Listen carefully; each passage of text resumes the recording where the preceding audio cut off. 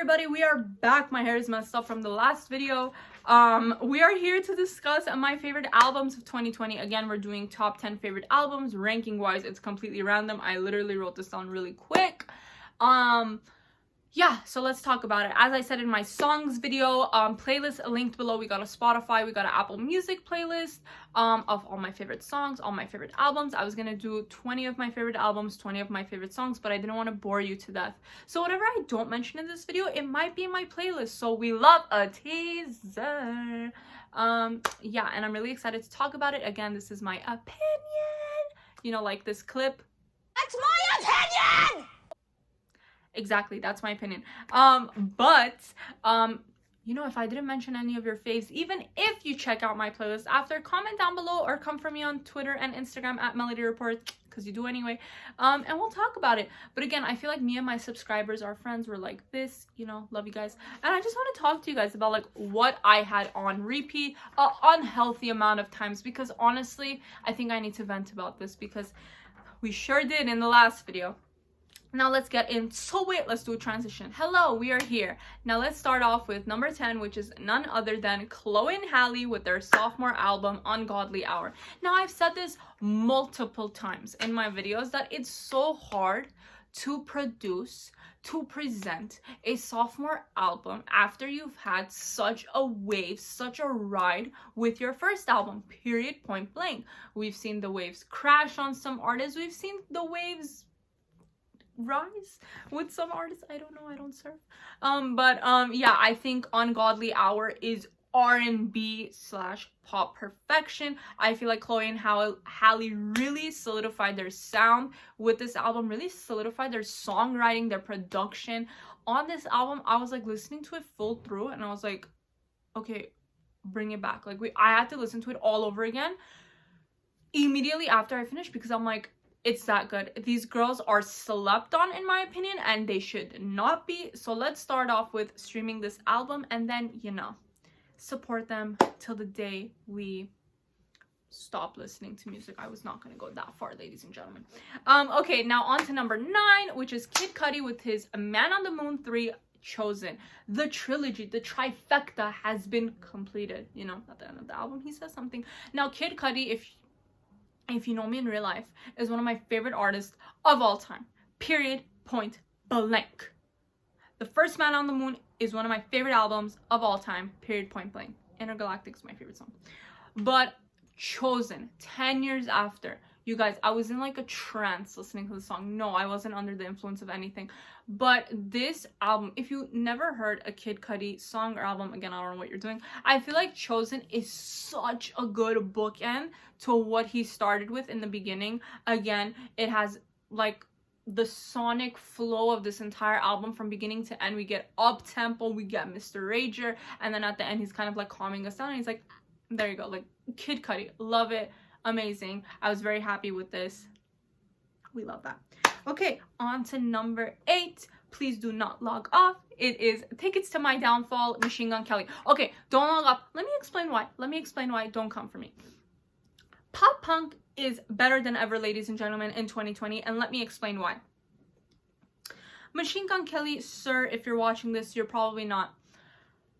I did not reach out for your music before in the hip-hop rap space. Absolutely did not. I'm gonna be honest with you. Did I reach for a Machine Gun Kelly discography? Absolutely not. I only listened to your songs if they were on the radio, if you were a feature, or if you were your popular singles. Period, point blank. But sir, I don't know if it was Travis Barker, I don't know if you, whatever epiphany you had, stay with this. Pop punk is your lane. Like, this album is pop punk perfection for 2020. Not of all time, but for 2020. Like, you guys, don't worry, sweetie. Like, we are, there was no mark left in the hip-hop rap space, so don't even worry. Like, the sand has, you have not sunk. You're already, like, here, and this album brought you back up here.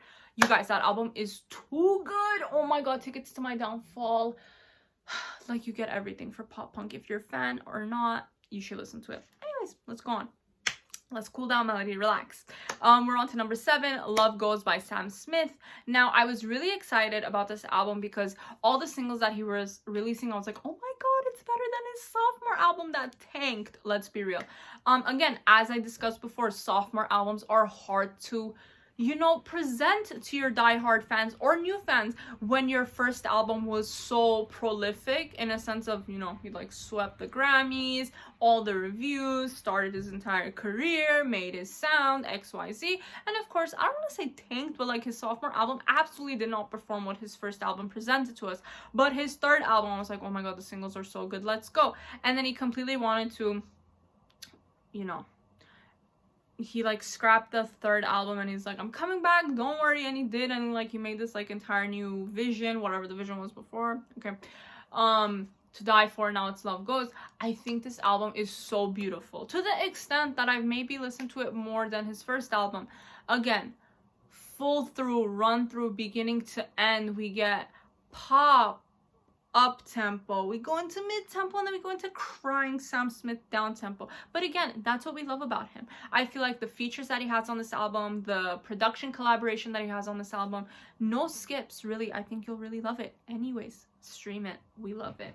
Diamonds, my favorite song on the album. Okay, now let's get on to number 6, which is Plastic Hearts by Miley Cyrus. Again, I've done a song reaction, music video reaction, I've done an album reaction to this. I'll link it down below, ladies and gentlemen. I don't want to go too into it, but again, just like Machine Gun Kelly, I just want to tell Miley Cyrus, you have found your sound, honey.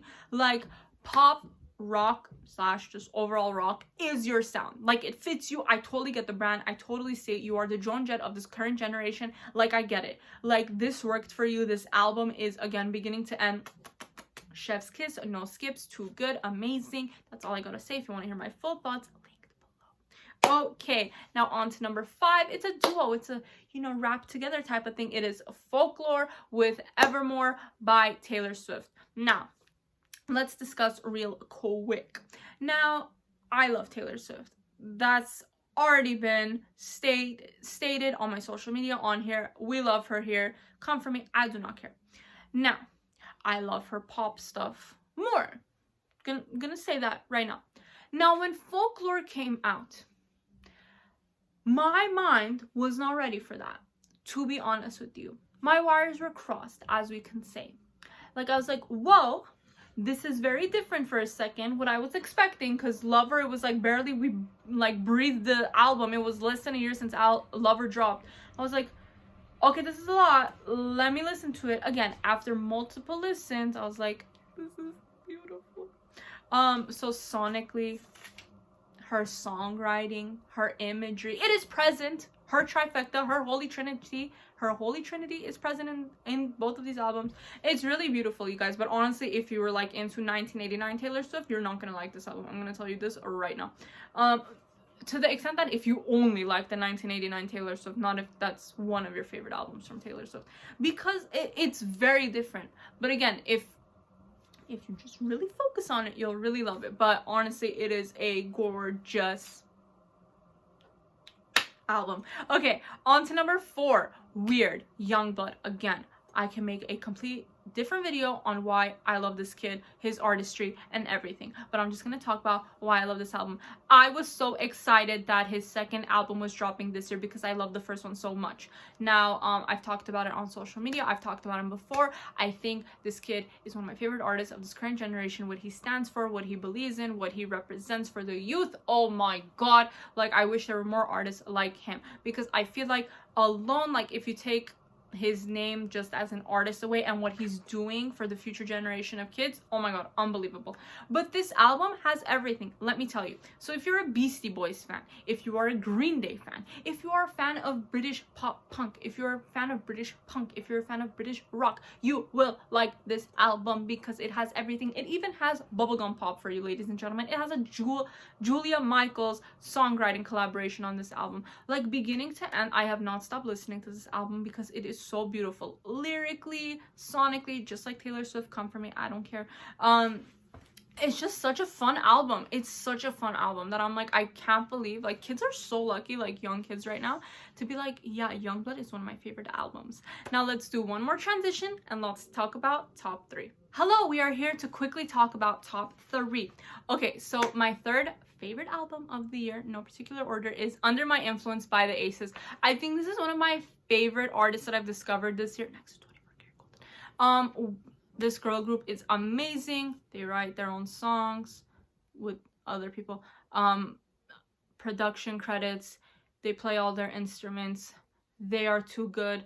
They are too slept on. Please stop sleeping on them. This album has no skips. It is pop, alt, amazing. Like amazement, perfection, chef's kiss of an album. Like, we have everything. We have the crying songs, we have the dancing songs, we have like what am I doing with my life songs, we have, yeah, middle fingers up in the air type of songs.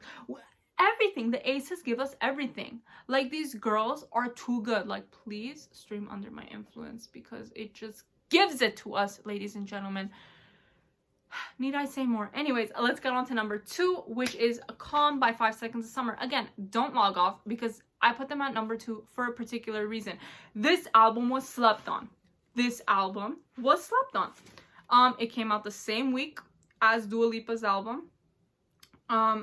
Like, I feel like if you weren't into their pop punk, pop rock type of sound, I totally get that, but everyone jumped the wave with Youngblood, which of course is an amazing album. But Calm, I feel like, really solidified like them being adults, a better sound, better songwriting, that I'm like, okay, they're here. Even the production collaborations, I was like, I see you.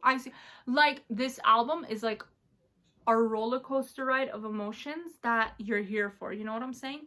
It's like, this album is so much fun, yet so heartwarming, yet so emotional, yet so amazing, yet so just everything that you need to stream. So that's all I'm gonna say. These guys need more recognition, regardless what you saw on social media, but I'm just gonna say, please stream Calm.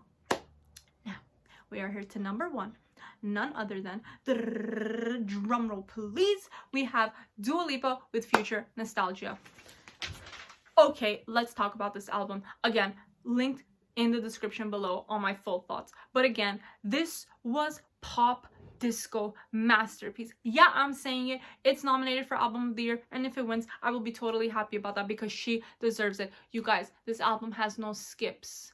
Again, with an artist that came with such trajectory, like her trajectory with that first album, I was like, oh my god, how is she gonna continue this? Especially winning Best New Artist at the Grammys. That is so hard to follow up. And she's like, I did with ease. The artistry, the production, the design, the outfits, the collaborations, the performances, the videos, just everything was just laid out. Again, I don't want to say perfectly, but to the T, ladies and gentlemen, that pop stars today, some we love, cannot accomplish such things for a rollout. And Miss Dua Lipa, Dula Peep, did that with Future Nostalgia. I love this album so much. I think it's one of my favorite albums of all time in the pop space. Yeah, come for me. I need to stop talking like this. But anyways, guys, these are my favorite albums of the year. And of course, the ones that I didn't talk about are linked in my playlist below. We love teasers. Follow me on Instagram and Twitter to come for me at Melody Reports. And of course, you can come for me at the comments below. But of course, like, comment, subscribe, because 'tis the damn season, ladies and gentlemen. Give back, you know, with your touch. That sounds weird. But anyways, guys, I hope to react something for you guys soon. Bye, guys.